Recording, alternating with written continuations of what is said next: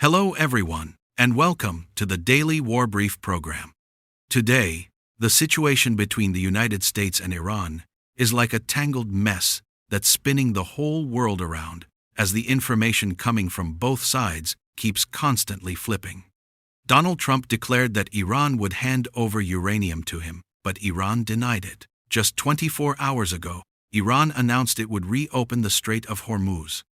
But now, they have once again blocked and closed this strait. The reason given is that the United States is still maintaining its blockade on Iran's seaports. These details show just how complicated the situation in the Middle East is at this moment.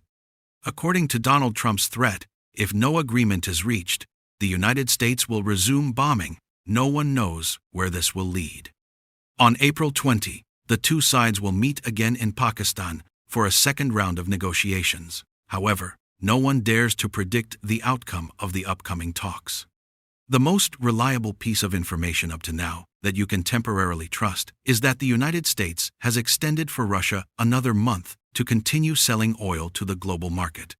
This is something that makes many people feel confused. Clearly, the US can sell oil itself, so why allow Russia to jump in and compete like that? The US isn't lacking oil. There's domestic shale oil, and also oil newly seized from Venezuela. Oil prices right now are extremely high. Selling in any way would bring profit, so why let Russia compete? Not to mention, the US is supposedly trying to sanction Russia. Could it be that the US is that foolish? The answer, of course, is no. The US understands very well, but when weighing the pros and cons, the benefits outweigh the harms. So, they still go ahead with something that seems harmful. The harm is that if Russia sells more oil, it will have money to sustain its war with Ukraine. If we can understand that, there's no way Donald Trump doesn't know it. But the benefits for the US, that's the key point. And these benefits are enormous. That's why Donald Trump still proceeds. The first benefit of lifting restrictions to allow Russia to sell oil globally is that it will immediately bring down overall oil prices. It will help reduce domestic fuel prices in the US, easing public complaints and allowing the US to control inflation. Only then will Donald Trump have something to report to Congress in the November midterm elections. That's the first motive. But the second motive, this is the more cunning one. Trump deliberately extends the allowance for Russia to freely sell oil worldwide because he wants to split the relationship between Russia and China. In the past, when Russia was sanctioned, it could almost only sell oil to China. At that time, China could heavily squeeze Russia on price. China's benefit was enormous. They could buy cheap oil, produce high-quality goods at very low cost, and then wipe out most businesses in the US and Europe. But now, with Russia being able to sell oil freely, the story of China buying cheap oil is over. If Russia doesn't sell to China, it will sell to billions of others. It will sell to Europe. At that point, the price is market price, sky high, not the cheap prices of the past. This means the relationship between Russia and China will inevitably be damaged. This alliance will not be close enough to counter the US. Furthermore, this move helps the US cut off China's supply of cheap oil. China now can't easily import cheap oil anymore. Venezuela is cut off, Iran is restricted, and Russian oil must be bought at high market prices. That's the deep strategy of Donald Trump. In military strategy, there's a principle. If you want to break the unity of a group, create conflicts of interest. Once interests clash, unity disappears. It's like 10 guys who are very close. If you want to break them apart, just create competition among them. For example, bring them to a bar and introduce fewer opportunities than there are people. Conflict is inevitable. Everyone understands this principle. But knowing it in theory is one thing, applying it in reality is another. Very few people can do it. Trump's strength is that he executes it very smoothly and subtly. At first glance, people think he is weak or humiliated. But looking carefully, you see the depth of his strategy. Russia and China want to ally against the US. Then the US throws Russia some money and watches how it reacts.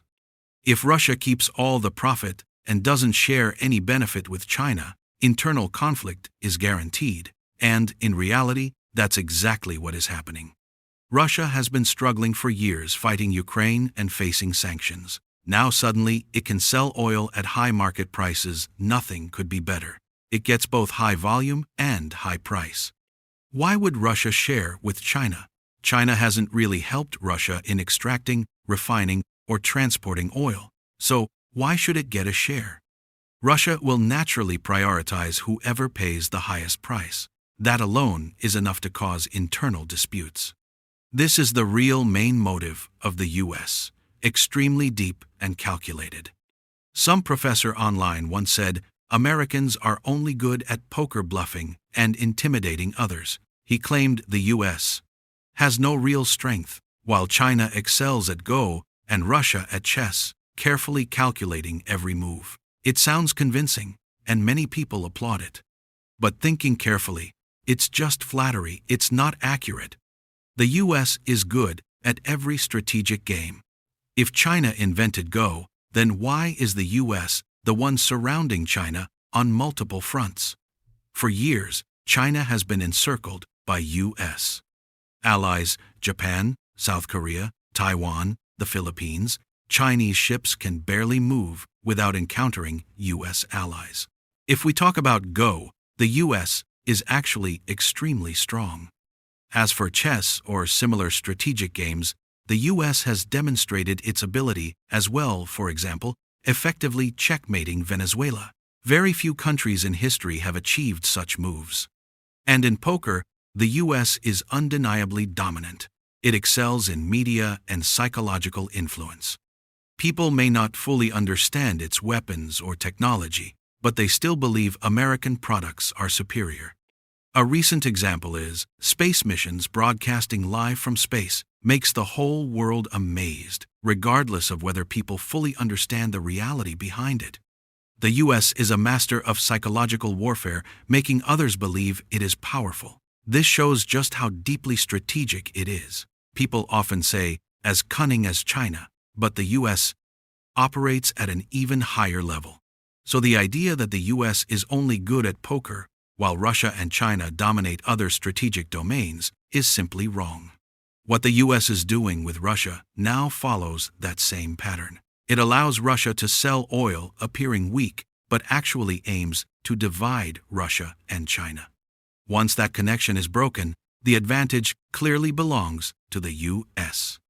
If the Iran issue is resolved, then by May, Donald Trump will approach China from a completely different position. At that point, it may just be about signing agreements. There won't be much left to negotiate. So why waste time negotiating at all?